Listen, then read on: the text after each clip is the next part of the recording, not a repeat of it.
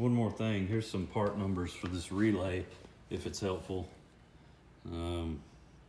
Contactor C-18D 10, there's some wiring sort of diagram stuff. This is 2005 on it, that's probably when they got the saw, or 2006 or something. Take off if required. I think I took it apart just to kind of see how it worked. 115 volt, 60 hertz. Yeah, try to get the DIN rail, I guess. Here's the info on the overloads.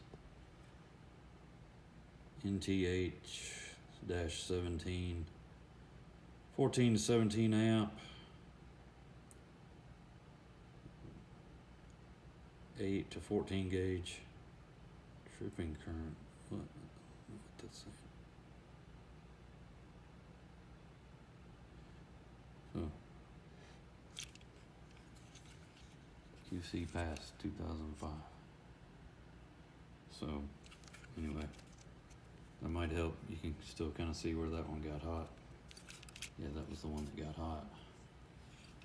So it got a little cooked, a little toasty. So anyway, hope that helps too.